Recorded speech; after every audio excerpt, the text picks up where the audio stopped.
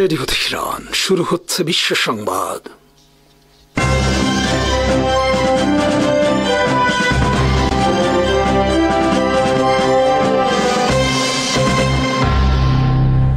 শুরুতেই সংবাদ শিরোনাম। ইসরায়েলি প্রতিরক্ষা মন্ত্রণালয়ের পুনর্বাসন বিভাগ জানিয়েছে, বর্তমানে তারা আহত কর্মী হিসেবে শ্রেণীবদ্ধ মোট ৮২,৪০০ সেনাকে চিকিৎসা দিচ্ছেন। সোমবার ইসরায়েলি গণমাধ্যমকে মন্ত্রণালয় এই তথ্য নিশ্চিত করে। তথ্য অনুযায়ী এর মধ্যে ৩১,০০০ সেনা মানসিক স্বাস্থ্য সংক্রান্ত রোগ, বিশেষ করে পোস্ট ট্রমাটিক স্ট্রেস ডিসঅর্ডার নিয়ে চিকিৎসাধীন। মন্ত্রণালয় জানায়, ২০২৩ সালের ৭ অক্টোবরের পর নতুন করে চিকিৎসা সেবায় যুক্ত হয়েছেন ২২,০০০ সেনা। এর মধ্যে ৫৮% মানসিক স্বাস্থ্য সমস্যায় ভুগছেন।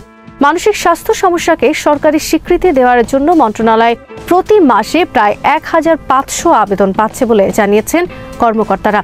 সোমবার জেরুজালেম পোস্টের খবরে বলা হয়, প্রতিরক্ষা মন্ত্রণালয় অনুমান করছে ২০২৮ সালের মধ্যে চিকিৎসাধীন সেনার সংখ্যা ১ লাখে পৌঁছাবে এবং এর অন্তত অর্ধেকের মানসিক রোগ নির্ণীত হবে। মন্ত্রণালয়ে প্রকাশিত তথ্যে দেখা যায়, চিকিৎসাধীন ব্যক্তিদের মধ্যে ৪৯% বাধ্যতামূলক সামরিক সেবাকালীন, ২৬% রিজার্ভ বাহিনীতে দায়িত্ব পালনের সময়, ১৩% পেশাদার সেনা হিসেবে দায়িত্ব পালনের সময় এবং ৯% পুলিশের সেবাকালীন আহত হয়েছেন। চিকিৎসাধীনদের ৬৮% বয়স ৪০ বছরের বেশি। ফিলিস্তিনি প্রতিরোধ সংগঠনগুলো বহুবার অভিযোগ করেছে, ইসরায়েল তাদের হতাহত সেনাদের প্রকৃত সংখ্যা কখনো গোপন রাখছে, কখনো কমিয়ে দেখাচ্ছে।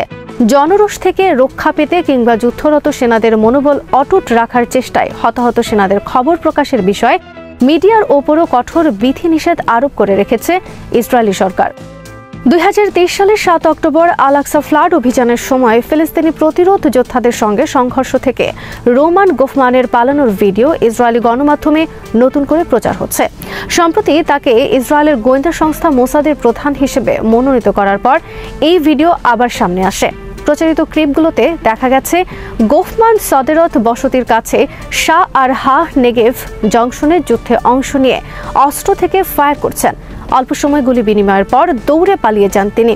ইসরায়েলি প্রতিবেদনে বলা হয়েছে, ওই সংঘর্ষে গোফমান আহত হন। পরে তাকে আশকেলনের বার্জিলাই মেডিকেল সেন্টারে নেওয়া হয়। তখন তার পদ ছিল ব্রিগেডিয়ার জেনারেল এবং তিনি তজ এলিম ঘাঁটির কমান্ডার ছিলেন। পরে তিনি প্রধানমন্ত্রী বেঞ্জামিন নেতানিয়াহুর সামরিক সচিব হিসেবে দায়িত্ব পালন করেন। গোফমান বর্তমানে মেজর জেনারেল। গত বৃহস্পতিবার নেতানিয়াহু তাকে মোসাদের পরবর্তী প্রধান হিসেবে মনোনীত করেন। তিনি ডেভিড বার্নিয়ার স্থলাভিষিক্ত হবেন। বার্নিয়ার মেয়াদ শেষ হবে আগামী বছরের জুনে। নিয়োগ ঘোষণায় নেতানিয়াহুর কার্যালয় নিশ্চিত করেছে, ৭ অক্টোবরের সংঘর্ষে গোফমান গুরুতর আঘাত পেয়েছিলেন। গোফমানকে নিয়োগ দিতে সিনিয়র নিয়োগ বিষয়ক উপদেষ্টা কমিটির অনুমোদন প্রয়োজন। তবে সিদ্ধান্তটি ইসরায়েলের নিরাপত্তা প্রতিষ্ঠানের ভেতর ব্যাপক বিতর্ক সৃষ্টি করেছে। নিরাপত্তা কর্মকর্তারা অভিযোগ করছেন, গোফমানের গোয়েন্দা ও দক্ষতার অভাব রয়েছে। ইসরায়েলি চ্যানেল 13 জানিয়েছে, তার নিয়োগ নিরাপত্তা ব্যবস্থার ভেতর পদত্যাগের ঢেউ সৃষ্টি করতে পারে। রোমান গোফমানের পুরনো পিছু হটার ভিডিও আবার সামনে আসায় তার পেশাগত যোগ্যতা ও মোসাদের প্রধান হিসেবে নিয়োগের যথার্থতা নিয়ে নতুন করে প্রশ্ন উঠেছে। লন্ডন ভিত্তিক দৈনিক ফিনান্সিয়াল টাইমসের নতুন অনুসন্ধানে দেখা গেছে, কয়েকটি আরব ও মুসলিম দেশের আপত্তির পর যুক্তরাজ্যের সাবেক প্রধানমন্ত্রী টনি ব্লেয়ারকে মার্কিন প্রেসিডেন্ট ডোনাল্ড ট্রাম্প প্রস্তাবিত গাজার জন্য বোর্ড অফ পিসের সম্ভাব্য সদস্য তালিকা থেকে বাদ দেওয়া হয়েছে। আলোচনার সঙ্গে সংশ্লিষ্ট একাধিক সূত্র এই তথ্য নিশ্চিত করেছে। গত সেপ্টেম্বরে প্রকাশিত ট্রাম্পের ২০ দফা যুদ্ধোত্তর গাজা পরিকল্পনার একমাত্র প্রকাশ্যে আসা সম্ভাব্য সদস্য ছিলেন ব্লেয়ার। তখন ট্রাম্প তাকে খুব ভালো মানুষ বলে প্রশংসা করেন। ব্লেয়ারও এই পরিকল্পনাকে সাহসী ও বুদ্ধিদীপ্ত বলে অভিহিত করে বোর্ডে যোগ দেওয়ার আগ্রহ প্রকাশ করেছিলেন। প্রতিবেদন অনুযায়ী ব্লেয়ারের নিয়োগে একাধিক আরব ও মুসলিম রাষ্ট্র আপত্তি জানায়। ২০২৩ সালে মার্কিন নেতৃত্বাধীন ইরাক যুদ্ধের প্রতি তার দৃঢ় সমর্থনই এই আপত্তির মূল কারণ। দৈনিকটি বলছে, এতে মধ্যপ্রাচ্যে তার সুনাম মারাত্মকভাবে ক্ষতিগ্রস্ত হয়েছে। এছাড়াও আশঙ্কা রয়েছে, বোর্ডের প্রস্তাবিত শাসন কাঠামোয় ফিলিস্তিনিদের ভূমিকা উপেক্ষিত হতে পারে। ব্লেয়ারের কার্যালয় এ বিষয়ে মন্তব্য করতে অস্বীকৃতি জানালেও এক ঘনিষ্ঠ সহযোগী দাবি করেছেন, আঞ্চলিক আপত্তির কারণে ব্লেয়ারকে তালিকা থেকে বাদ দেওয়া হয়নি। ওই সহযোগীর দাবি, বোর্ডে বর্তমান বিশ্ব নেতাদের অন্তর্ভুক্ত করা হবে এবং সাবেক প্রধানমন্ত্রী হিসেবে ব্লেয়ার সে যোগ্যতা পূরণ করেন না। প্রতিবেদনে বলা হয়, অক্টোবরে ট্রাম্প নিজেও স্বীকার করেছিলেন ব্লেয়ারকে সবাই গ্রহণ নাও করতে পারেন। তিনি বলেন, আমি টনিকে সবসময় পছন্দ করি, কিন্তু তিনি সবার কাছে গ্রহণযোগ্য কিনা তা নিশ্চিত হতে চাই। দৈনিকটি জানায়, গাজার যুদ্ধোত্তর শাসন পরিকল্পনা সাম্প্রতিক সপ্তাহগুলোতে নতুন করে সাজানো হয়েছে। সূত্রমতে, সম্ভাব্য নির্বাহী কমিটির নেতৃত্ব দেবেন জাতিসংঘের সাবেক দূত ও বুলগেরিয়ার সাবেক প্রতিরক্ষামন্ত্রী নিকোলাই লাদেনভ। এই নির্বাহী কমিটি বোর্ড অফ পিস এবং একটি ফিলিস্তিনি টেকনোক্রেট কমিটির মধ্যে সমন্বয় করবে, যা ট্রাম্পের মূল পরিকল্পনায় ছিল না। গাজায় যুদ্ধবিরতি পর্যবেক্ষণের জন্য প্রতিষ্ঠিত সিভিল মিলিটারি কোঅর্ডিনেশন সেন্টার বা সিএমসিসিতে কর্মরত মার্কিন ও আন্তর্জাতিক কর্মকর্তাদের উপর ইসরায়েলি এজেন্টরা নজরদারি চালাচ্ছেন বলে অভিযোগ উঠেছে। সোমবার ব্রিটিশ দৈনিক দ্য গার্ডিয়ান এক প্রতিবেদনে জানিয়েছে, সেন্টারে অনুষ্ঠিত বৈঠক ও আলোচনাও রেকর্ড করা হচ্ছে। পত্রিকার তথ্য অনুযায়ী এই পরিস্থিতিতে সেন্টারের মার্কিন commander lieutenant general Patrick Frank তার ইসরায়েলি সমকক্ষকে সতর্ক করে বলেছেন, এখানে রেকর্ডিং বন্ধ করতে হবে। প্রেসিডেন্ট ডোনাল্ড ট্রাম্পের গাজা শান্তি পরিকল্পনা বাস্তবায়নের উদ্দেশ্যে প্রতিষ্ঠিত মার্কিন নেতৃত্বাধীন এই সেন্টারে ইসরায়েলের কিরিয়াত গাত এলাকায় অবস্থিত। যুক্তরাষ্ট্র সংশ্লিষ্ট যুদ্ধবিরতি চুক্তিতে বিভিন্ন নেতা স্বাক্ষর করার 5 দিন পর এটি গঠন করা হয়। গার্ডিয়ান জানায়, আন্তর্জাতিক কর্মী ও অতিথিরা সেন্টারের ভেতরে ইসরায়েলের রেকর্ডিং নিয়ে উদ্বেগ প্রকাশ করেছেন। মার্কিন বাহিনী এই অভিযোগ নিয়ে মন্তব্য করতে অস্বীকৃতি জানালেও ইসরায়েলি সেনাবাহিনী দাবি করেছে সেন্টারের বৈঠকগুলো গোপনীয় নয় এবং তারা পেশাদার সংস্থার মতো স্বচ্ছতা ও সম্মতির ভিত্তিতে বৈঠকগুলো নথিভুক্ত করেন। সঙ্গীতের উপর গুপ্তচর বৃত্তির অভিযোগ তারা অযৌক্তিক বলে অভিহিত করেছে। এই সেন্টারের দায়িত্ব যুদ্ধবিরতি বাস্তবায়ন পর্যবেক্ষণ করা, যার মধ্যে গাজায় মানবিক সহায়তা প্রবেশও অন্তর্ভুক্ত। মার্কিন সেন্ট্রাল কমান্ডের তথ্য অনুযায়ী এতে 50টিরও বেশি দেশ ও সংগঠন যুক্ত। এক মার্কিন কর্মকর্তা নাম প্রকাশ না করার শর্তে গার্ডিয়ানকে বলেন, কাগজে কলমে ওয়াশিংটনের সিদ্ধান্ত নেওয়ার ক্ষমতা থাকলেও গাজার সীমান্ত নিয়ন্ত্রণ এখনও সম্পূর্ণ ইসরায়েলের হাতে। তার ভাষায়, ইসরায়েলের হাতেই সব। সিএমসিসি সেই হাতের ওপর গ্লাভসের মতো। প্যালেস্টাইন ক্রনিকলের লেখক রবার্ট ইনলাকেশ মন্তব্য করেন, কেন্দ্রটির মূল সমস্যা হলো এটি ইসরায়েলি ভূখণ্ডে ইসরায়েলি তত্ত্বাবধানে পরিচালিত এবং তেল আবিবকে যুদ্ধবিরতির শর্ত মানতে চাপ দেওয়ার বিষয়ে ক্ষমতাহীন। তার দাবি, ইসরায়েল এখন সিএমসিসিকে মানবিক সহায়তার উপর নিজেদের অবরোধ নীতির ন্যায্যতা দিতে ব্যবহার করছে। ইরানের ইসলামী বিপ্লবী গার্ড বাহিনী জানিয়েছে, গত জুন মাসে 12 দিনের যুদ্ধে ইসরায়েলি হামলার দ্রুত ও নিখুঁত পাল্টা ক্ষেপণাস্ত্র হামলায় ইহুদিবাদী গোয়েন্দা সংস্থা মোসাদের 36 জন প্রাণ হারিয়েছিলেন এবং হাইফার তেল শোধনাগারও ইরানি বোমা হামলায় 2 বার অচল হয়ে পড়ে। হাইফার তেল শোধনাগার এখনও অচল হয়ে আছে বলে ইসরায়েলি কর্মকর্তারাই স্বীকার করেছেন। ইসলামী বিপ্লবী গার্ড বাহিনীর মুখপাত্র ব্রিগেডিয়ার জেনারেল আলী মোহাম্মদ নাইনি 12 দিনের ওই যুদ্ধে ইসরায়েলি ক্ষয়ক্ষতির বিস্তারিত বর্ণনা দিতে গিয়ে বলেছেন, ইসরায়েল তেহরানের একটি তেল ডিপোতে হামলা চালানোর 5 ঘন্টা পরই হাইফার তেল শোধনাগারে 2 দফা ক্ষেপণাস্ত্র হামলা চালায়। ইসরায়েল আমাদের একটি গোয়েন্দা দফতরে হামলা চালানোর পর আমরা মোসাদের সদর দফতরে হামলা চালাই এবং এতে 36 ইহুদিবাদী নিহত হন।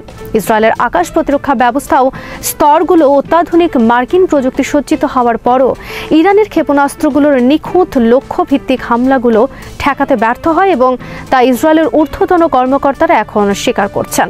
যদিও প্রথম দিকে ইসরায়েল এইসব খবর গোপন রাখার নির্দেশ দিয়েছিল।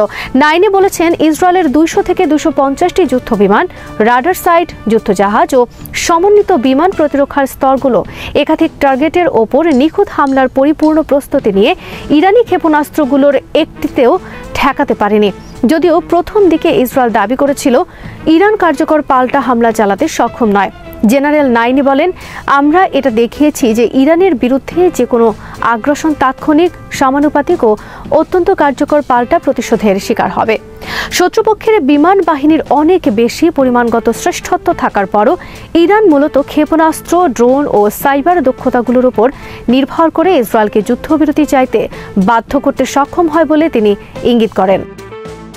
যুক্তরাজ্য ভিত্তিক সংবাদ মাধ্যম the Telegraph Irani drone Shahid 136 থেকে যুক্তরাষ্ট্রের কপি বা অনুকরণ করা নিয়ে একটি প্রতিবেদন প্রকাশ করেছে।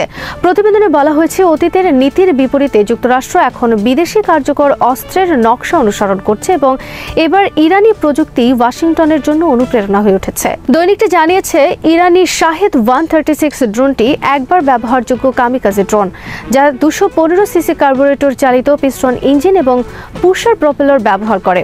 এটি মোটরসাইকেল বা ঘাস কাটার মেশিনের মতো জোরালো ও স্বতন্ত্র শব্দ তৈরি করে এবং 6 ঘন্টা পর্যন্ত উড়তে সক্ষম। প্রতিবেদনে বলা হয়, যুক্তরাষ্ট্র তাদের কম খরচের আক্রমণাত্মক ড্রোন সিস্টেম উন্নয়ন কর্মসূচির অংশ হিসেবে ইরানি ড্রোনটির কপি তৈরি করছে। ইরানি ড্রোনটির দাম যেখানে $20,000 থেকে $50,000, সেখানে মার্কিন সংস্করণের সম্ভাব্য দাম পড়ছে প্রায় $35,000। প্রতিবেদন অনুসারে এই মার্কিন ড্রোনটি এখন FLM 136 নামে পরিচিত এবং সেন্টকমের নতুন unit strike of the scorpion এর মাধ্যমে পশ্চিম এশিয়ায় মোতায়েন করা হচ্ছে। ইরানি ড্রোনের আদলে তৈরি একটি অস্ত্র ব্যবহারের বিষয়টি যুক্তরাষ্ট্রের পুরনো মানসিকতায় বড় পরিবর্তন হিসেবে বিবেচিত হচ্ছে পর্যবেক্ষক মহলে। সুপ্রিয় দর্শক, আসসালামু আলাইকুম। আপনাদের প্রত্যেককে স্বাগত জানাচ্ছি ইরান রেডিও বাংলার নিয়মিত আয়োজন মুখোমুখি অনুষ্ঠানে। আপনাদের সাথে আছি আমি শাহাদাত হোসেন। প্রিয় দর্শক, আজ আমরা পেয়েছি এমন একজন স্বনামধন্য আইনজীবী, যিনি অতি সম্প্রতি বাংলাদেশের গণমাধ্যমগুলোতে বস্তুনিষ্ঠ কথা বলে দর্শক শ্রোতাদের মন জয় করেছেন। আমাদের সাথে আছেন স্বনামধন্য আইনজীবী জনাব শাহরিয়ার কবির। আপনি কেমন আছেন? আসসালামু আলাইকুম রহমতুল্লাহ বরকাতুহ। প্রথমে দুইটা বলি, ইজ্জতের মালিক স্বনামধন্য বলা যাবে না। আল্লাহ যতক্ষণ আমার কণ্ঠে জবান দিছে, সেই জবান যতক্ষণ বলবে ততক্ষণ আমি বলতে পারবো, যখন বন্ধ করে দিবে তখন আমি বলতে পারবো না। সেজন্য স্বনামধন্য না, আল্লাহ যতটুকুন বলার শক্তি দিবে ততটুকুন যেন সহিভাবে বলতে পারি, সৎভাবে বলতে পারি এবং মানুষকে যেন বিভ্রান্ত না করি এবং মিথ্যা দিয়ে যেন সত্যর অপলাপ না করি, সেই তৌফিক যেন আল্লাহ দেয়। নিশ্চয়ই আপনি আসলে অতি সম্প্রতি আমরা দেখেছি প্রায় অধিকাংশ গণমাধ্যমে চমৎকার করে কথা বলেছেন এবং সামাজিক যোগাযোগ মাধ্যমে আমরা দেখেছি বেশ সাড়া এসেছে, সাধারণ মানুষ এটি খুব ইতিবাচকভাবে নিয়েছে। আপনাকে আমাদের অনুষ্ঠানে আন্তরিক স্বাগত জানাচ্ছি। আমরা আজকে আমাদের পুরো অনুষ্ঠান জুড়ে সমসাময়িক বাংলাদেশ পরিস্থিতি এবং মধ্যপ্রাচ্য ইস্যুতে একটু কথা বলবো। আমরা শুরু করতে চাই, অতি সম্প্রতি আপনি জানেন যে স্বৈরাচার শেখ হাসিনার মৃত্যুদণ্ডের রায় হয়েছে। এই রায়ের পরে আমরা তার পক্ষ থেকে তেমন একটা প্রতিক্রিয়া দেখিনি। যদি ইতিহাসের দিকে তাকাই, আমরা দেখেছি 1975-এ যখন শেখ মুজিবুর রহমান সপরিবারে নিহত হয়, তখন কিন্তু আওয়ামী লীগের পক্ষ থেকেও তেমন একটা আসলে প্রতিক্রিয়া হয়নি। বিষয়টি নিয়ে আপনার মন্তব্য জানতে চাই। ধন্যবাদ আপনাকে। আমার দুইটা ঘটনা খুব মনে পড়ে। একটা ঘটনার সময় আমি দেশে ছিলাম না, আর একটা ঘটনার সময় আমি প্রত্যক্ষ ছিলাম।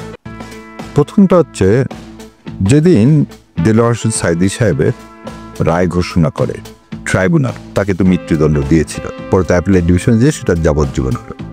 মৃত্যুদণ্ড দিয়েছিল সেদিন কিন্তু আপামর জনসাধারণ, পুরো দেশ তোলপাড় হয়েছে। হ্যাঁ, কেউ বলতে পারবে না এটা জামাত ইসলাম বা কেউ। এই মানে কি জুডিশিয়াল কিলিং এর যে রায়, সে রায়ের বিরুদ্ধে প্রতিবাদে ফেটে পড়ে এবং 210 জনের মতো শাহাদাত বরণ করে। সেদিন একজন আবার বলতেছে এটা আত্মহত্যা। সেটা ওনারা কি বিষয়ে এটা বলছেন আমি জানি না। এই একটা জিনিস মনে হলো, তাহলে সে কি, সে কোনো দলের নেতা না, সে কোনো প্রধানমন্ত্রী না, সে রাষ্ট্রপতি না, সে কিছুই না। তার নাম হচ্ছে কোরআনের পাখি। সে সারা বাংলাদেশের মানুষকে কোরআনের পথে আহ্বান করছে। এই যে আপনাকে যে কথা দিয়ে শোনালাম, যে আল্লাহ তার কণ্ঠে মানুষের জন্য এইভাবে কবুল করছিল বলেই তার কণ্ঠ এরকম হয়েছে। এইখানে আর একটা গল্প শুনে আপনার, আমি কিন্তু একসময় বাম রাজনীতি করতাম। তো নওগাঁর নেতা ছিলেন আব্দুল জলিল সাহেব। তা আব্দুল জলিল সাহেব নওগাঁ স্টেডিয়ামে একটা সঙ্গীত অনুষ্ঠান করছিলেন। সে সঙ্গীত অনুষ্ঠানে বাংলাদেশের যত শিল্পী ছিল, ইনক্লুডিং মানে এই সাবিনা ইয়াসমিন থেকে শুরু করে ইন্দ্র কিশোর থেকে শুরু করে যত লোক ছিল সবাইকে দিছে। আচ্ছা, এবং সেটা স্টেডিয়ামে ছিল এবং তোফায়েল আহমেদ থেকে শুরু করে আমর হোসেন আমর সবাই গেছিল, প্রচুর লোক হয়েছিল। পরের দিন হচ্ছে নওগাঁতে তফসির মাহফিল করবেন আল্লামা দেলোয়ার হোসেন সাইদি সাহেব, এবং পরের দিন হরতাল ডাকা হলো। তাই আমি বললাম আগে বাম ফ্রন্ট করতাম, বাম রাজনীতি করতাম, দেলোয়ার হোসেন সাইদি সম্পর্কে তো আমাদের নেগেটিভ ধারণা ছিল, কিন্তু তারপরও মানে কিরকম হরতাল ডাকার পরও লোকজন হয়েছে কি না দেখার জন্য গেছিলাম। যে দেখলাম ওই দিন গান শোনার জন্য যদি 10 জন এসে থাকে, এই হরতালের মধ্যে 100 জন লোক আসছে, কারণ রাস্তাঘাট সব বন্ধ হয়েছে। অহারাজ হরতাল ডেকে বাস টাস কিন্তু সব বন্ধ করে না। তার মানে কি আল্লাহ এই জমিনকে কেন খালি যায় নামাজ বললেন? দেখেন এই জমিন উর্বর হয়ে আছে ইসলাম কায়েমের জন্য, কিন্তু আমার পার্শ্ববর্তী দেশ বলেন আর আওয়ামী লীগ বলেন, এদের মূল এজেন্ডা কি? এদের মূল এজেন্ডা কিন্তু যাতে এখানে ইসলাম কায়েমটা না হয়। এখানে অন্য কিছু না, এখানে জামাত ইসলাম না, অন্য কিছু না। যে ইসলামের কথা বলবে সে হচ্ছে ইন্ডিয়ার শত্রু, সে হচ্ছে আওয়ামী লীগের শত্রু। আর একটা উদাহরণ দিই, অধ্যাপক গোলাম আজম সাহেব যেদিন মারা গেলেন হাসপাতালে, তো দেখলেনি পুলিশ অনেক গিয়া করার পর তাকে ছাড়লেন, বাইতুল মোকাররমে জানাজা হলো। তা আমি সেই জানাজায় গেলাম, জানাজা পড়লাম। পড়ার পরে আমি আস্তে আস্তে হেঁটে যাচ্ছি আর চিন্তা করতেছি, একটা লোককে সারা জীবন আমরা ছাত্র বয়সে বলে আসছি রাজাকার, একটা লোককে আপনি পানিশমেন্ট দিলে কি হিসাবে? যুদ্ধ অপরাধী হিসাবে। এবং সেই সময় আওয়ামী লীগ সরকার, পুলিশ চারিদিকে ব্যারিকেড দিয়ে দিছে, ঢাকা থেকে ওকে আসতে দিবে না। সেই অবস্থাতেও তার বাড়ি পর্যন্ত যেতে আমার এখনো মনে আছে 15-20 মিনিট লাগছিল, এত মানুষ হয়েছিল।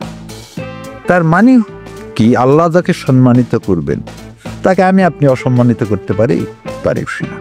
শেখ সাহেব মারা গেলে,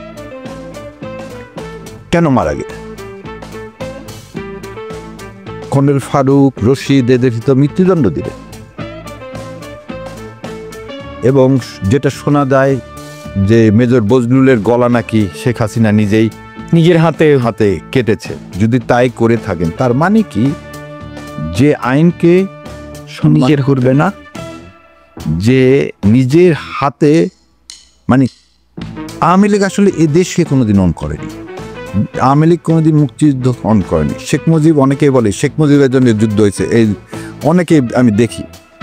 যে লোকটা 9 মাস ছিল না, যে লোকটা আগরতলায় যে ষড়যন্ত্র করলো পাকিস্তান ভেঙে দেওয়ার, যে লোকটার 72 থেকে 75 সালে দেখেন প্রেসক্রিপশন ছাড়া, ইন্ডিয়ার প্রেসক্রিপশন ছাড়া চলেনি, ইন্ডিয়া এই দেশ থেকে সব নিয়ে গেল, কিছু বলল না। তাহলে সে লোকটা কিভাবে আমাদের দেশ বাংলাদেশ স্বাধীন হয়ে সারা পৃথিবীর মানচিত্রে মাথা উঁচু করে দাঁড়াবে? এটা তো সে চায়নি। ফলাফল তার জানাজায় লোক পাওয়া যায়নি। হাসিনা এত বছর চালালো, তার দলের লোকজন দেখিতেও, মানে তার ছেলেও ওই দিন ইয়াতে এক ইন্ডিয়ার সাক্ষাৎকারে বলতেছেন যে সাকসেসফুল লকডাউন হয়েছে। এর চেয়ে আর মিথ্যার কি হতে পারে? সো এরপরও কিছু মানুষ, আল্লাহ যে বলে না আল্লাহ সমিয়ন উমিয়ন বুকমন, আল্লাহ যদি কাউকে দেখার, শোনার, বলার তৌফিক না দেয়, আমি আপনাকে বলতে পারবো। সো আমি এতটুকুনি বলবো, রিপারকেশন না, সম্মান দেওয়ার মালিক আল্লাহ। আল্লাহকে আপনি যদি ইসলামের বিরুদ্ধচারণ করেন, আপনার করুণ পরিণতি ছাড়া ভালো পরিণতি পৃথিবীতে কোনোদিন না। সেটা আসলে আমরা দেখেছি। আসলে আপনি চমৎকার করে গুছিয়ে বলেছেন। আমরা একটা বিষয় জানতে চাই যে আসলে শাসক হিসেবে, এটা অনেকেই জানতে চায় যে শাসক হিসেবে শেখ মুজিবুর রহমান এবং স্বৈরাচার শেখ হাসিনার মধ্যে আসলে মৌলিক পার্থক্যটা আপনি কোথায় খুঁজে পান? দেখেন, খুব আশ্চর্যজনক লাগলো। সেদিন এক টকশে গেলাম, এক সাংবাদিক সাহেব বলতেছে, রাখেন আপনার কনস্টিটিউশন, রাখেন আপনার বই।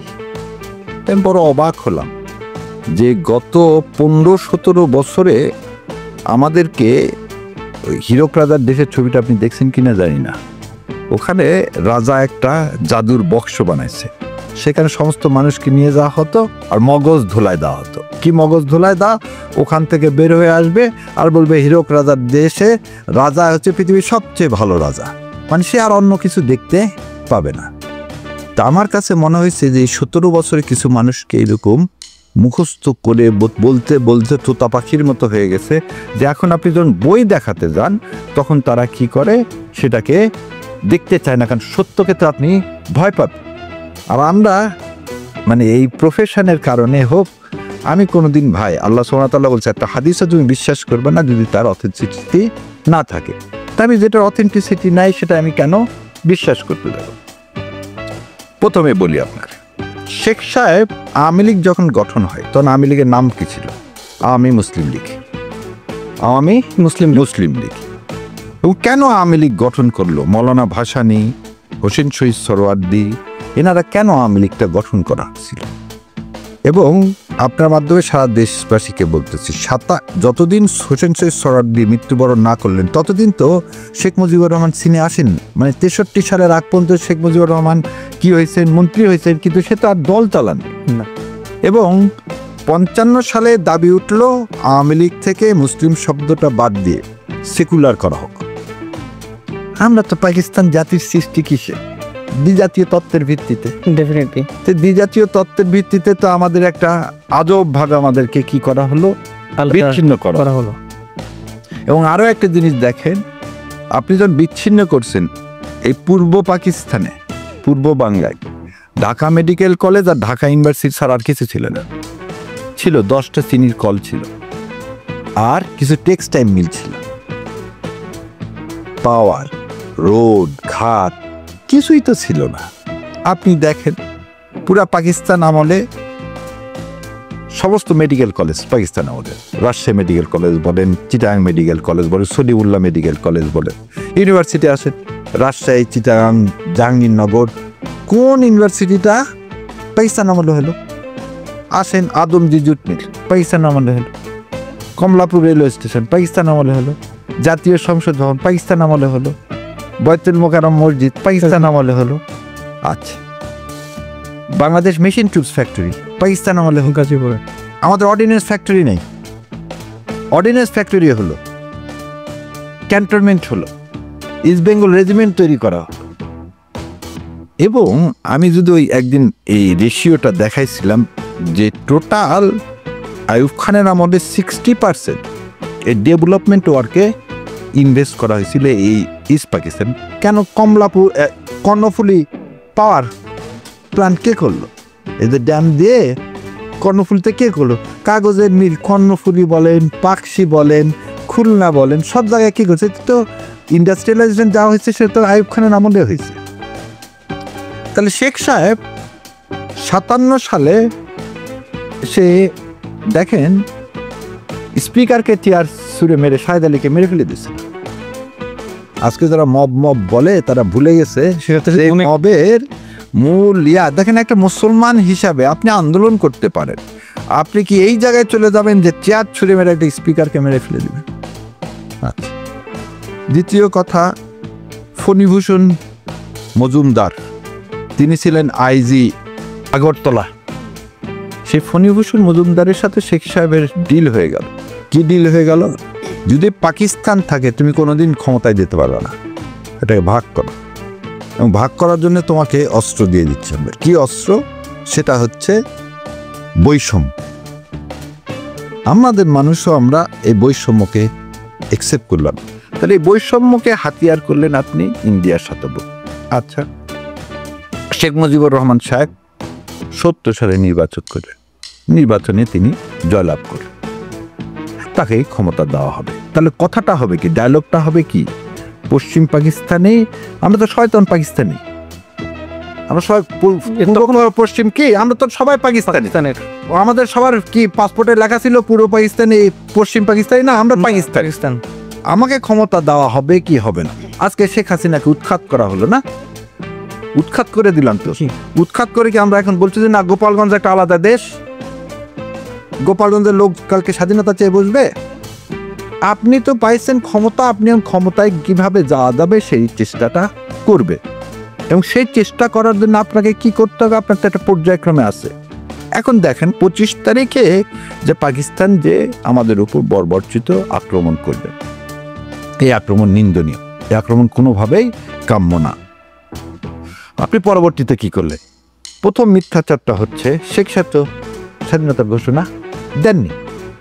এটা তো কার বই আছে? কে খন্দকারের বই আছে, তাজউদ্দিনের বই আছে। তাহলে প্রথম জিনিস হচ্ছে উনি 9 মাস থাকলেন পাকিস্তানে, 9 মাস পরে দেশে আসলেন, স্বাধীনতার পর আসলেন, আমাদের কনস্টিটিউশন ইন্ডিয়া ড্রাফট করে দিলেন। তারপরে আপনি দেখেন 73 সালে যে ভোট হলো, সেই ভোটে উনি বিনা প্রতিদ্বন্দ্বিতায় জয়লাভ করলেন। 1911 জন দাঁড়াতেই দেয়নি ভোটে। খন্দকার মোস্তাককে জিতানোর জন্যে কুমিল্লা থেকে হেলিকপ্টার করে ব্যালট বাক্স তুলে নিয়ে আসলেন। 73 সালের 21শে ফেব্রুয়ারি প্রায় 100-র অধিক মা বোনকে এই মুজিববাদীরা এই শহীদ মিনারে রেপ করেছে। 22,000-এর মতন কাদেরকে, আপনার জাসদের কর্মীদেরকে হত্যা করেছিল। আসম, আব্দুর রব থেকে শুরু করে সবাই দাবি করছে সেটা, সিরাজুল আলম খান সহ। মজুদদারি করে, আবার বলছে মজুদদারি করে কৃত্রিম সংকট তৈরি করে দেশে দুর্ভিক্ষ করলেন। আর সেই সময় আপনি দুটা কাজ করলেন। রাজশাহীর যে কোনো মানুষ যাদের 70-এর উপরে তাদেরকে জিজ্ঞাসা করে, মন্ত্রীর নাম ছিল বোতল মিনিস্টার, তারা বিদেশি সেই সময় মদ খাইতেন এবং পড়ে থাকতেন। আর যখন দেশের মানুষ লজ্জা নিবারণের জন্য জাল গায়ে দিত, খাওয়ার কিছু ছিল না, যাও ভাত খাচ্ছিল, তখন শেখ সাহেবের 2 ছেলের বিয়ে হলো সোনার মুকুট মাথায় দিয়ে। তারপরে 75 সালে তিনি একদিলে শাসন ব্যবস্থা করে তো সব শেষ করে দিল। এখন এই লিস্ট যদি আমি বলতে যাই হবে না। অর্থাৎ একটা ব্যাপার আসলে এটা স্পষ্ট, সেই সময়টাতে আসলে বাংলাদেশ যেমনটা পেয়েছে, গেল 1.5 দশকে তার সুযোগ্য কন্যা স্বৈরাচার শেখ হাসিনাও তেমনটাই আসলে বাংলাদেশে করছে। বাবাকে কপি করে ফলো করে একটা কাজ শেখ সাহেব পারেনি, সেটা হচ্ছে পুরাপুরি বাংলাদেশকে করদ রাষ্ট্রে ইন্ডিয়া করতে দেওয়ার আগে আল্লাহ সুবহানাহু ওয়া তাআলা তাকে তো নিয়ে গেছে। আর ইনিও প্রায় একই, এনার খালি একটা জিনিস বাকি ছিল, সেটা কি জানেন? ট্রানজিটের নামে করিডোর দেওয়া। দেখেন এই প্ল্যানও বলে, এই প্ল্যানও ফাঁস হয়ে গেছে। ট্রানজিটটা দিত কি, ট্রেন কলকাতা থেকে যাইতে হচ্ছে ত্রিপুরা, কুমিল্লার উপর দিয়ে, এবং এই ট্রেনে তারা কয়েকটা আগুন সন্ত্রাস দ্বারা যেমন করে, এই যে কোনো একটা ট্রেনে তারা আগুন লাগায় দিত। তখন ইন্ডিয়ার পরিকল্পনা ছিল এই করিডোর রক্ষার নামে তখন এখানে ছোট ছোট ক্যান্টনমেন্ট করার, কারণ এই তার কথা থাকতো যে আমার ট্রেনকে তো প্রোটেকশন দিতে হবে বলে সে যেভাবে বন্দরে সে লোককে ঢুকাইছে, বাংলাদেশের সমস্ত বিমান অফিস থেকে শুরু করে, বাংলাদেশ থেকে শুরু করে কোন জায়গায় ইন্ডিয়া, খালি সৈন্যটা ঢুকানো বাকি ছিল। এই যে করিডোর, ট্রানজিটের নামে যে ট্রেনের করিডোর, এটা দিলেই সরানা পূর্ণ হয়ে যেত, সৈন্য ঢুকে যেত। তা আল্লাহ সেই জায়গা থেকে বাঁচাইছে। সে এই যে ইতিহাসটা বললাম, শেখ মুজিবের একই ইতিহাস। যখন 15 অ্যামেন্ডমেন্ট দিয়ে উনি বাকশাল করছিলেন, আর 15 অ্যামেন্ডমেন্ট দিয়ে উনি আরেক বাকশাল করেছিলেন। সো শেখ হাসিনার পরিণতি এটা অবশ্য ভাঙবে, কারণ সে আমাদের সাথে কোনোদিন বাংলাদেশকে অন করেনি, এবং বাংলাদেশকে সে সব, যখন উনি আসলেন, দেখেন আর একটা জিনিস দেখেন, উনি আসলেন যখন, তখন বিবিসিকে সিরাজুল ইসলামকে ইন্টারভিউ দিয়েছিলেন, তো বলছে যে বাঙালি জাতির কাউকে আমি বিশ্বাস করি না, এরা আমার পিতৃহত্যা, আমি পিতৃহত্যার বিচারের জন্য যাচ্ছি। এবং সে আসছে, তার আসার 13 দিনের মাথায় জিয়াউর রহমান মারা গেল, এবং সাজেদা চৌধুরী আর শেখ হাসিনা এই আখাউড়া বর্ডারে ধরা পড়লো। জিয়াউর রহমান মারা গেছে, তার সাথে তুমি কেন পালায় ইন্ডিয়া যাচ্ছিলা? তাহলে তোমার সাথে জিয়া হত্যার সাথে তুমি জড়িত ছিলে, জিয়া হত্যার সাথে তাহলে তুমি জড়িত ছিলে, নাহলে তুমি কি জন্য পালায় যেতে চাবা? সো এই যে বিভিন্ন কোশ্চেন, সবচেয়ে বড় সত্য কথা, এই 15 বছরে মানুষকে ওই হিরোক্রাদার দেশের মতো মিথ্যাকে বারবার বলতো। যেমন আমি এক জায়গায় বলছি যে ভাইরে, এই ব্লাড অ্যান্ড টিয়ার্স এই বইটা দেখায় বলছিলাম যে দেখেন এই বইয়ে একদম লিস্ট করা আছে কোথায় কোথায় এই যে 90,000-এর মতো যে বিহারিকে মেরে ফেলে দেওয়া হলো 71 না 70-এর শেষ থেকে। এবং আর একটা জিনিস দেখেন, বাংলাদেশের সব, আমার এখনো মনে, সান্তারা একটা বড় তেলের কোম্পানি ছিল, গ্রামোফোন কোম্পানি, বিহারিদিকে মেরে সেটা রাতারাতি মুজিববাদীরা দখল করে তারা মালিক হয়ে গেল। এদেশের বড় বড় ব্যবসা প্রতিষ্ঠান তো বিহারিদের ছিল, এটা তো অস্বীকার করা কিছু যাবে না। তো সেই লোকগুলো ব্যবসা প্রতিষ্ঠান ওটা আওয়ামী লীগের লোকেরা পাইলো কেমন করে? আপনি এই যে দেখেন চট্টগ্রাম কসাইখানা, নারায়ণগঞ্জের সন্ত্রাস, মার্চে ঢাকায় হত্যাকাণ্ড, চিটাগাং, সাতক্ষীরা, এই বইয়ের সব দেওয়া আছে। তাহলে আপনি বলেন যে কেউ একজন যে এই বইয়ের এই কথাগুলো মিথ্যা। এই দেখেন আর একটা বই, আমি এই বইটা তো নিষিদ্ধ ছিল। এগুলো সবই বিধৃত। এই দেখেন বাংলাদেশের রাজনৈতিক হত্যাকাণ্ড কায়সার, এই হত্যাকাণ্ড এই বইয়ে এক জায়গায় দিছে একজন মুক্তিযোদ্ধা তার ছেলেকে রক্ষী বাহিনী করছে কি গুলি করে মেরে ফেলেছে। তার বাবাকে বলছে কি ছেলের মাথা কর, জবাই করছে। তারপর সেই মাথা নিয়ে রক্ষী বাহিনী ফুটবল খেলছে। এটা এই বইয়ের পাতা নম্বর পর্যন্ত। আমি যখন এই পাতা নম্বর এগুলো বলে দিই তখনই সবার মনে হয় যে আগুন ধরে জায়গায়। ভাই আমি তো ইতিহাস লিখতে পারবো না, ইতিহাস তো লেখা আছে। তুমি নিজে বলো যে কথাগুলো ভুল। তাজউদ্দিন আহমেদ বলছে উনি ঘোষণা দেননি যুদ্ধে, উনি একজন কোরআনে হাফেজ ছিলেন তাজউদ্দিন আহমেদ। তো বলো না হাফেজ সাহেব মিথ্যা কথা বলছে, তুমি বলো এগুলো ডিজাইন করো। এই যে ইয়াতে এই বললাম বাংলাদেশ প্রতিদিনে ছাপা হয়েছে যে উনি এই নাথের সাথে, তারানাথ বাবুর সাথে ইংল্যান্ডে যে এই চুক্তি করছিল যাতে দুই পাকিস্তান আলাদা হয়ে যায়। তাহলে কেউ একজন এসে বলো না শেখ সাহেব এগুলো করেনি। এগুলো কথা যখন আজকে আমরা বলতেছি তখন একটা শ্রেণী যারা ভারতের আধিপত্যবাদের সুবিধাভোগী তারা তো এই কাজ তারা এটা নিয়ে করবে। আসলে চমৎকার করে আপনি বলেছেন। আসলে লম্বা সময় যে একটা বাংলাদেশের সংকট ছিল, একটা সংকটকাল সময় পার হয়েছে। 24-এর গণঅভ্যুত্থানে ছাত্র জনতার যে আত্মত্যাগ, সেই আত্মত্যাগ দেশের আপামর মানুষ নতুন বাংলাদেশ করার একটা স্বপ্ন দেখেছে। আপনার কাছে জানতে চাই, এই যে এত মানুষের আত্মত্যাগ, এত মানুষের প্রত্যাশা, নতুন বাংলাদেশ গড়ার যেই মানুষের স্বপ্ন, সেটা আসলে কতদূর এগোচ্ছে বা সেই স্বপ্নটাকে আমরা আসলে দেখতে পাচ্ছি এখন? আচ্ছা, খুব দুঃখের সাথে বলতে হয় এক শ্রেণীর সাংবাদিক, এবং দেখেন 1.5 বছরের মাথায় টিভি বিভিন্ন জায়গাতে আমার সাথে অনেকে আমাকে বলে আপনি খুব অ্যাটাকিং লোক। কথা হচ্ছে কি, যখন আপনার সামনে একজন মিথ্যা কথা বলবে, ভাইরে সবাইকে তো মারা যেতে হবে। আর আমরা তো সবাই বিশ্বাস করি কুল্লে নাচছেন জায়গাতের মত, আমাকে মৃত্যুর স্বাদ গ্রহণ করতে হবে, আর আমাকে সত্যটা বলতেই হবে। আর আমি মিথ্যা সত্যর মিশ্রণ ঘটাতে পারবো না। নতুন একটা বয়ান তৈরি করা হচ্ছে। কি বয়ান? মব হচ্ছে। আমি ভাই মব দেখতে পাইনি। মব হচ্ছে কি জন্য মব কথাটা এইটা বলতেছে, তারা এই বলতে বলতে এক সময় যে এই 36শে জুলাইকে বলবে কি এটা মব। ডেফিনেটলি এই যে তাদের যে প্ল্যান, এই প্ল্যান করে তো তারা গেছে। যখন আমি বলি না 32 ভাঙা 36শে জুলাই মব না, তখনই তাদের সাথে আমার কথা কাটাকাটি হয়ে যায় এবং তখন উত্তপ্ত বাক্য বিনিময়, কিন্তু সেটা শালীনতার মধ্যে। কিন্তু মানুষ শালীনতা কেউ মানে না, এখন তো আমাকে তখন চুপ থেকে যেতে হয়। আবার দেখেন অনেকেই বলতে চাচ্ছে এই সরকার ব্যর্থ, এই সরকার ব্যর্থ। ভাইরে সবাই বল, এটা তো সত্যি, সমস্ত টাকা পয়সা শেখ হাসিনা নিয়ে গেছে, লক্ষ লক্ষ কোটি টাকা। আজকে কোনো ব্যাংকে কিন্তু টাকা নেই। তাহলে দেশে একটা দুর্ভিক্ষ হওয়ার কথা ছিল। আমাদের কি দুর্ভিক্ষ হয়েছে? না। হাসিনাও কিন্তু বলছিল আমি চলে এলে কেউ সরকার চালাতে পারবে না, দুর্ভিক্ষ হয়ে যাবে। দুর্ভিক্ষ হয়েছে? হয়নি। কোনো জেনোসাইড আমি আপনাদের মাধ্যমে আবারও দাবি করতেছি। দেখেন 71 সালের পরে 2টা অ্যাক্ট করা হয়, একটা কোলাবোরেশন অ্যাক্ট আর একটা ওয়ার ক্রাইম ট্রাইব্যুনাল অ্যাক্ট।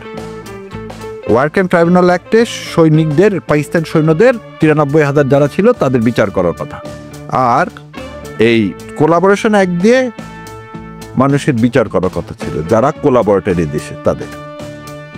এই কোলাবোরেটরের মধ্যে 91% ছিল হচ্ছে আওয়ামী লীগের। সবাই বলতেছেন জামাত জামাত জামাত।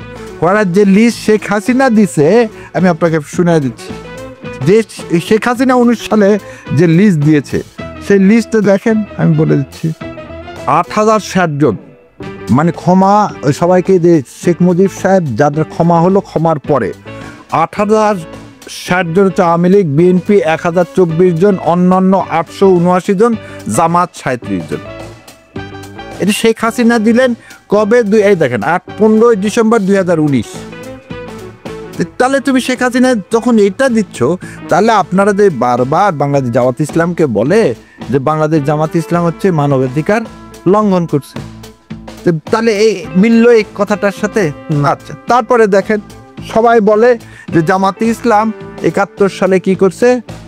সরকারকে সমর্থন করছে। এই দেখেন এই বই হচ্ছে এম আর আক্তার মুকুলের চরমপত্র। এই বইয়ের আপনি 330 নম্বর পাতায় পাবেন। কি পাবেন দেখেন, তখন সর্বদলীয় সরকার গঠন করা হয়। কার নেতৃত্বে? বিশিষ্ট চক্ষু বিশেষজ্ঞ ডক্টর মালেক। ডক্টর মালেক কার এস্টাবলিশড হলেন জানেন?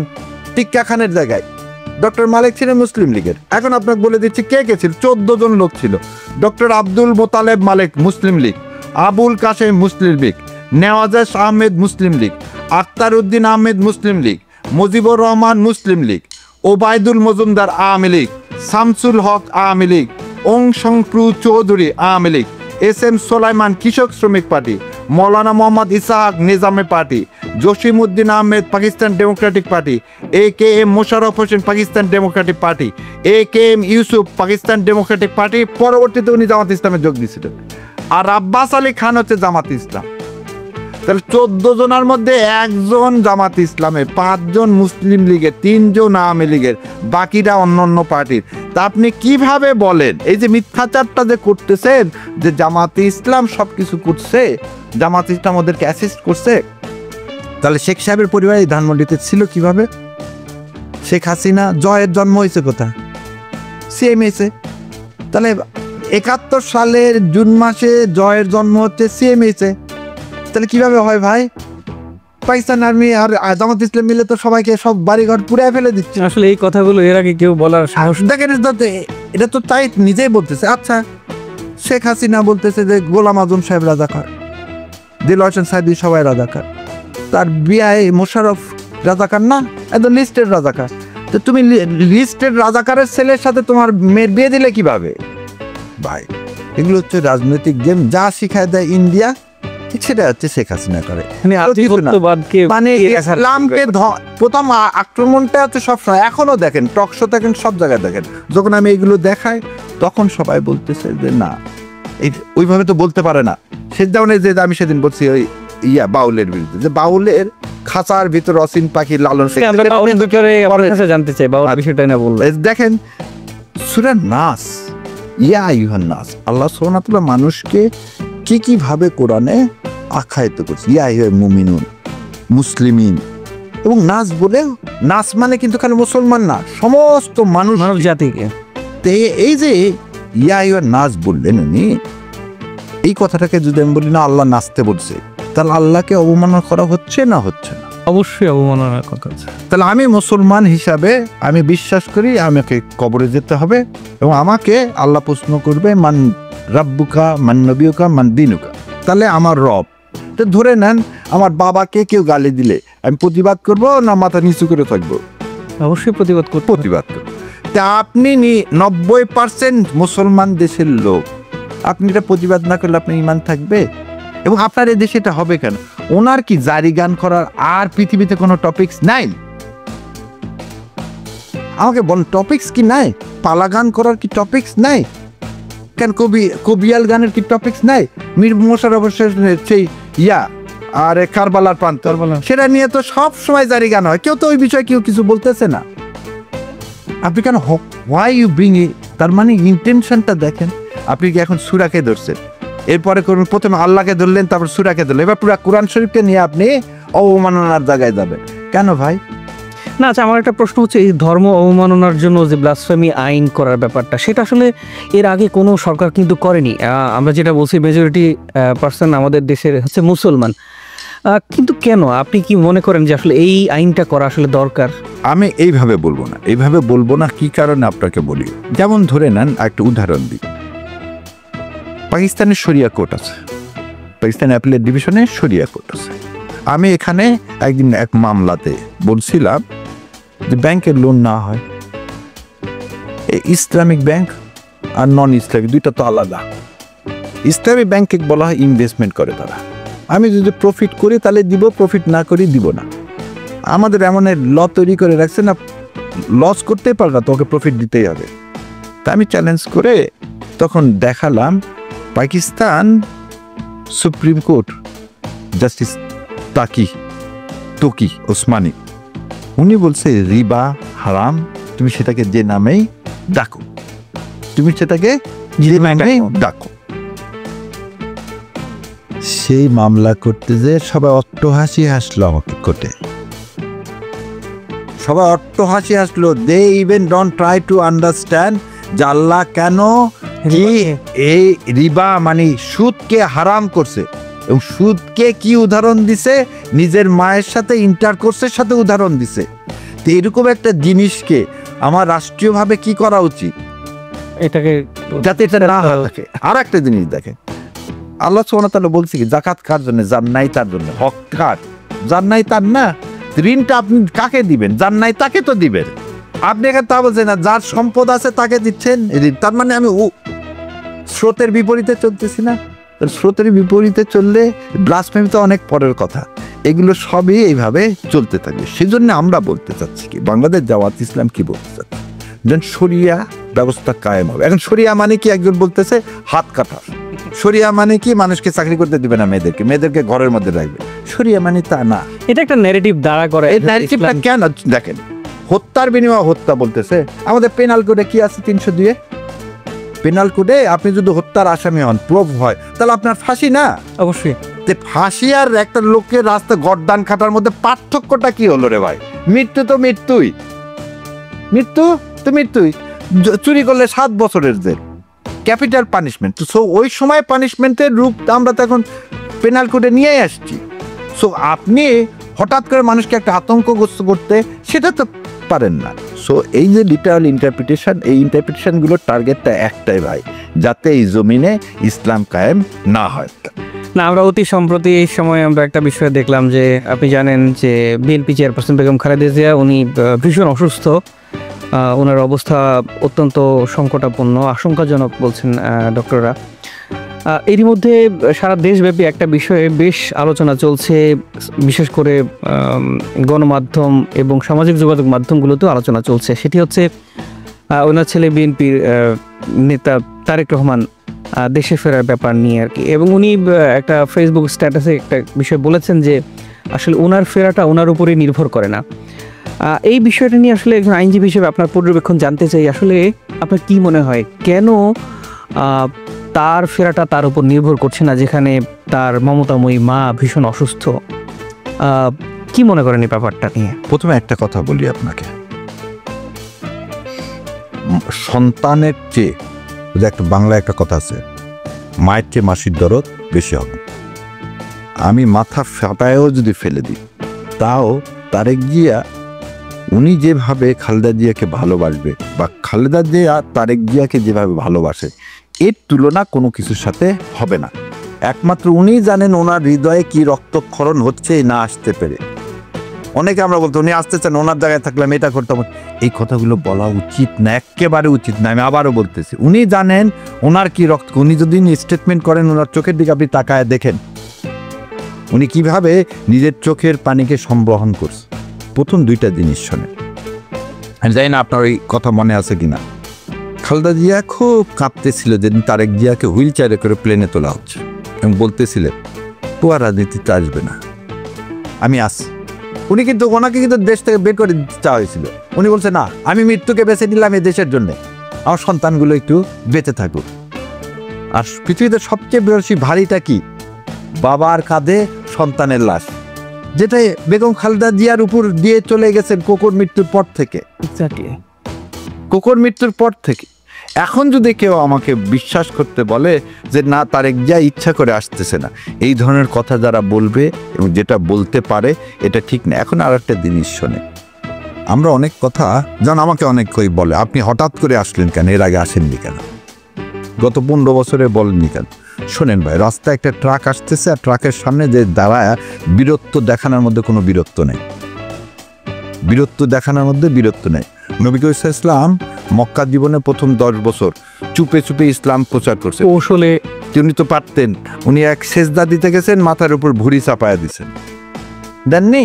তাহলে এগুলোকে যখন আপনি এখন আখ্যায়িত করতেছেন গুপ্ত, আমার আমিরে জামাতকে জিজ্ঞাসা করছিল রাজশাহী কারাগারে, আপনার ঠিকানা বলেন। উনি বলছে কোন ঠিকানা বলবো? তখন বলতেছে ঠিকানা মানে, কারণ তো হাজার হাজার ঠিকানা। তো বলছে হাজার হাজার ঠিকানা মানে, বলতে আমি তো কোনো বাসায় 1 রাত 2 রাতের বেশি থাকতে পারিনি, তাহলে আমি যত বাসায় থাকছি সব ঠিকানা দিতে হবে। পুলিশ তখন এটা বলছে না, আর আপনার ঠিকানা দিতে হবে না। এই কথাটা এই কারণে বললাম ভাই, আইনজ্ঞ হিসাবে না, সন্তান পিতা মাতার তার চেয়ে ভালো কেউ বাসে না।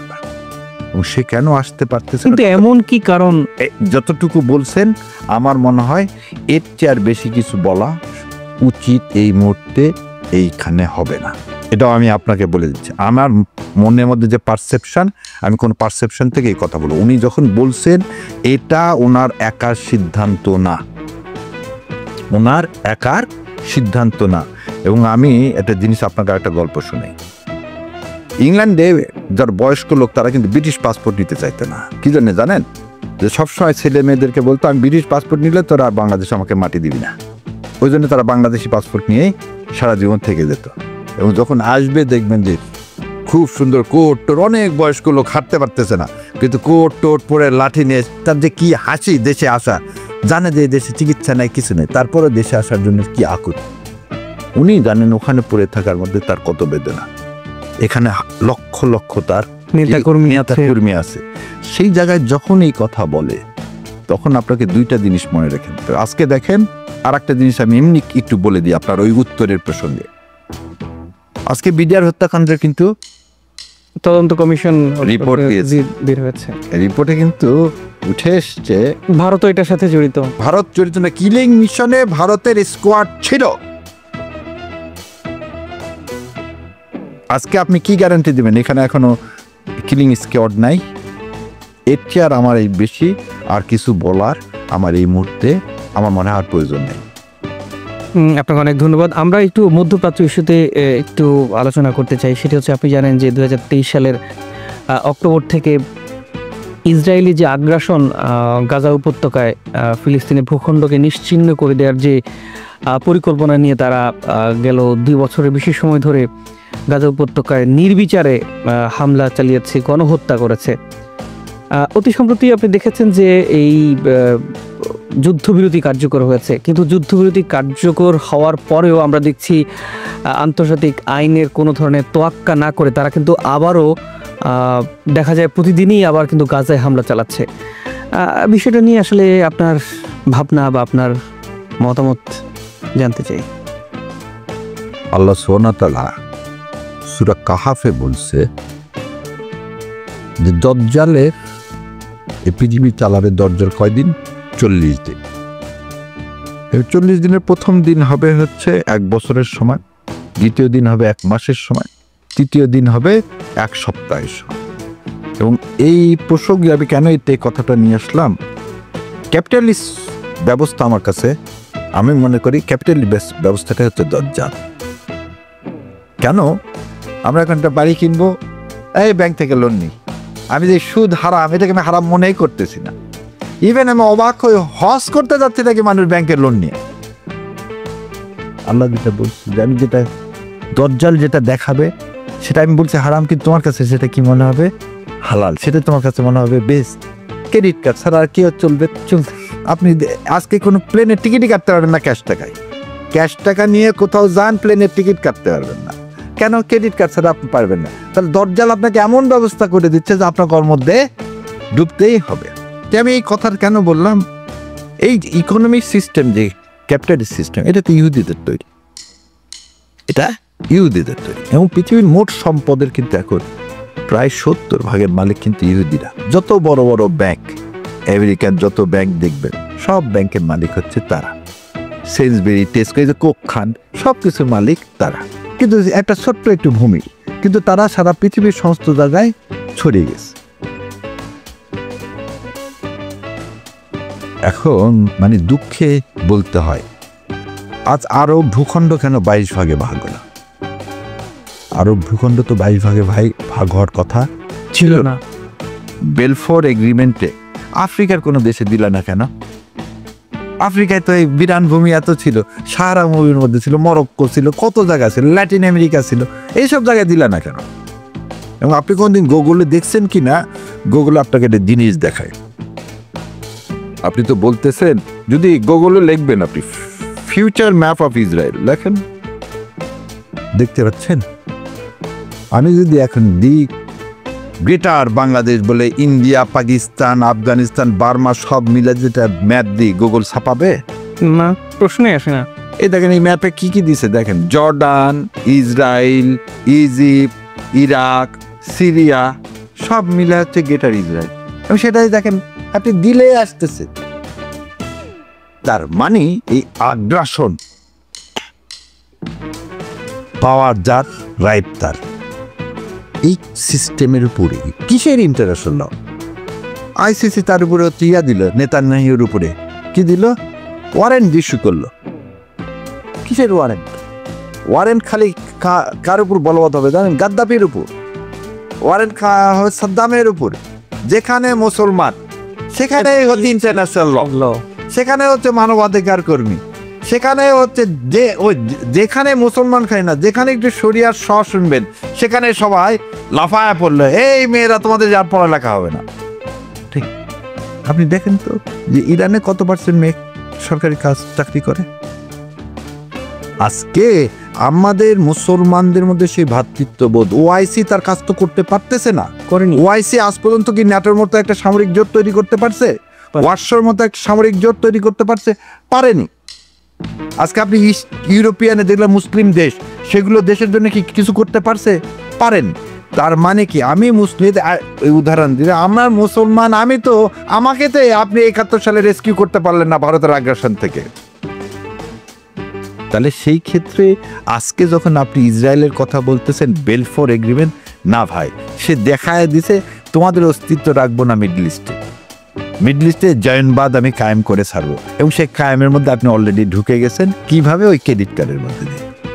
সো আজকে যে ইন্টারন্যাশনাল পলিটিক্সের কথা বলছেন, ইন্টারন্যাশনাল ইকোনমির কথা বলছেন, এই ইন্টারন্যাশনাল ইকোনমি ওই জয়নিজদের জন্য তৈরি, আমার আপনার মুসলমানদের জন্য তৈরি না। ওই জন্য আমি আপনাকে বলছেন যে সবার উচিত সূরা কাহাবের এই ইন্টারপ্রিটেশনটা, তফসিরটা, সেটা যে তফসির থেকে হোক, ইবনে কাসির থেকে হোক, আর আপনার যেটা ইচ্ছা সেখান থেকে পড়েন, পড়লে বুঝবেন কেন মানুষকে আল্লাহ বলছিল যে গুহায় যে থাকো। যুবকেরা যে গুহায় গিয়েছিল, কেন গিয়েছিল? আজকে যদি আমি সুদ ছাড়া চলতে না পারি, তাহলে আমার গুহায় যাওয়া ছাড়ার কোনো উপায় আছে? সেই গুহাটা এখন আল্লাহর উপকর্তা আমার ফিলিস্তিনি ভাইরা আল্লাহ তুলে নিচ্ছে। এটা আল্লাহ তাদের জন্য সবচেয়ে বড় উত্তম পুরস্কার, কারণ তারা জিহাদের ময়দানে শহীদ হচ্ছে। আর যদি জীবিত থাকে তাহলে তো আমাকে এই সুদের মধ্যে ঢুকতে হবে। আর না হলে যে আমি যেরকম চিল্লায় যাচ্ছি, চিল্লায় দেবো মৃত্যুর আগ পর্যন্ত, কখন দেখবেন একটা বুলাইটা আমাকে মেরে ফেলে দিতেছে সে। সেটা এই জন্যই বলি যে আপনি দেখেন মধ্যপ্রাচ্যের অন্যান্য আরব দেশগুলোর তুলনায় যদি আমি স্পেসিফিক ইরানের কথা বলি, আপনি দেখবেন যে এই যে লম্বা সময়ে আগ্রাসন ইসরায়েলের ফিলিস্তিন ভূখণ্ডে, এই সময়টার মধ্যে কিন্তু চলতি বছরের জুন মাসে আপনি দেখেছেন যে 12 দিনের কিন্তু একটা যুদ্ধ হয়ে গেছে। হঠাৎ করেই কোনো ধরনের ওই যেটা বললাম যে আসলে আইন কানুনের, আন্তর্জাতিক আইনের কানুনের তোয়াক্কা না করে হঠাৎ করে তারা ইরানে আক্রমণ করে বসলো। যদিও আমরা দেখেছি, সারা পৃথিবী দেখেছে, ইরান কিন্তু যে ঘুরে দাঁড়িয়ে তারা কিন্তু সমুচিত জবাব দিয়েছে ইসরায়েলকে, যেটা সারা পৃথিবীর মানুষ বলছেন যে আয়াতুল্লাহ খামিনি শক্তভাবেই আসলে তিনি জবাব দিতে পেরেছে। এই যে 12 দিনের যুদ্ধ, এই বিষয়টাকে আপনি কিভাবে দেখেন? ইরানের যে ঘুরে দাঁড়ানোর যে ব্যাপারটা ছিল, শুনে সংখ্যা দিয়ে কোনদিন বিজয় হয় না, এবং শক্তি দিয়ে কোনদিন বিজয় হয়। আপনার এই প্রসঙ্গে এটা বললাম যে ইরান জোর যার মুল্লুক তার, এটা তো আল্লাহ সুবহানাহু ওয়া তাআলার জন্য। কেন আমরা সবাই বিশ্বাস করি সমস্ত ক্ষমতার উৎস আল্লাহ সুবহানাহু ওয়া তাআলা। আমাদের সবাইকে মেরে ফেলে দিলে কি যায় আসে? পৃথিবীর কোথাও দেখছেন যে একটা বিধর্মী এই আজকে সকালে হাদিস পড়তেছেন, বললো যে 2 জন লোক জান্নাতে যাবে, কি যে মেরে ফেলে দিবে সেও যাবে, যে মারা গেছে সেও যাবে। আমি বললাম এটা কেমন কথা হলো? প্রথমটুকুন পরে দেখলাম যে প্রথমে একজনকে মেরে ফেলেছে সে মুসলমান, তাহলে সে শহীদ হয়ে গেল। যে মেরে ফেলে দিলে সে পরবর্তীতে কনভার্ট হয়ে সে আবার মুসলমান হয়ে গেছে, যে সে আবার যুদ্ধ করতে যায় শহীদ হয়ে গেছে। কথা হলো আমাদের মুসলমানদের সবচেয়ে বড় লাভ কি? আমরা জীবিত থাকলেও লাভ, মারা গেলেও লাভ। এই জিনিসটা যখন আপনার মধ্যে এই ইন্সপিরেশনটা আসবে, যে একটু বললাম মিনহা খালাকনাকুম ফিহা নুইদুকুম ওয়া মিনহা নুখরিজুকুম তারাতান উখরা, আমি মাটি থেকে আসছি, মাটিতে যাব, আমার আর ভয় কি? তখন আপনার সামনে পৃথিবীর হিমালয় দাঁড়ালেও সে পারবে না তো, কেন আল্লাহর রহমত আছে তো এই জায়গায়। না হলে বদরের যুদ্ধে আমরা ঢাল নাই, তরল আমরা জিততে পারি, আবার ওহুদে আমরা হেরে গেলাম, ওহুদে আবার আমরা হেরে গেলাম। তার লাগে যে একটু আগে বললাম যে 2 জন মানুষকে আল্লাহ কি করবেন? সো আল্লাহ কাকে গাইড করবেন, কাকে পুরস্কৃত করবেন, কাকে বিজয় দান করবেন, এটা একমাত্র আল্লাহ। এবং এই ইরান যেটা করলেন বা করা হলো, এই যে এইভাবে দেখেন, আপনি এটা বলছেন গাড়িতে একজন জেনারেল যাচ্ছেন, আপনি উপর থেকে বোমা মেরে দিলেন, এটা ইন্টারন্যাশনাল ল কোথায় আছে রে ভাই?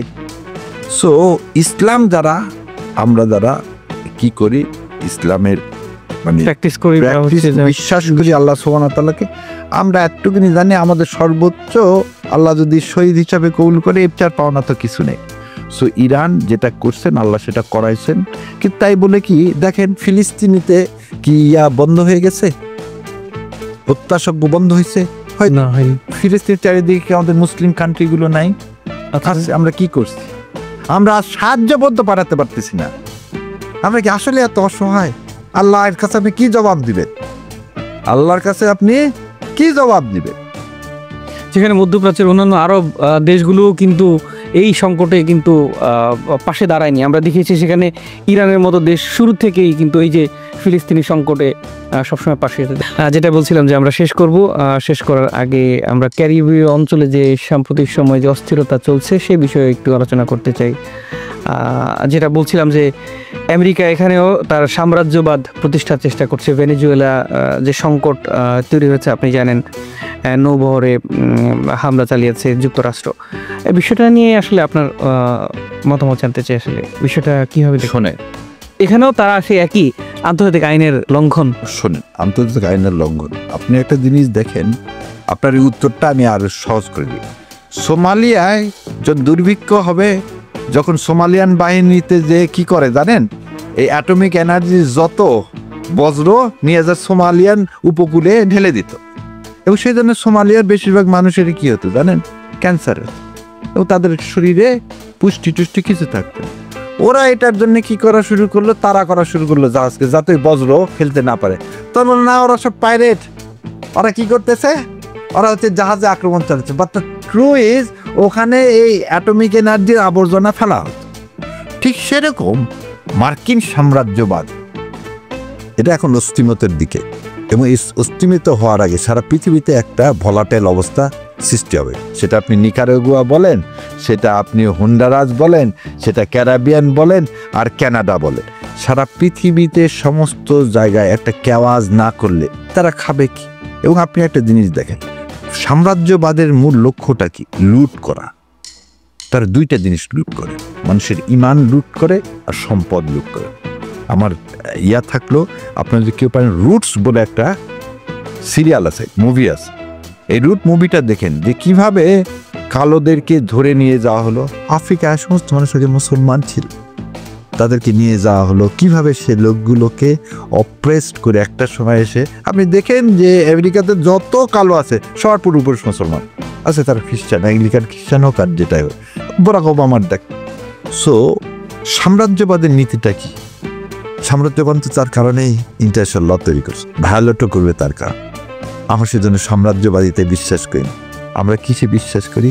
আমরা বিশ্বাস করি এমন একটা ইনসাফ ভিত্তি। ইনসাফ মানে কি? যেখানে সবাই সমান, যে বিধর্মী তাকেও আমি রক্ষা দিব, আর আমি আমার ভাইকেও রক্ষা করব।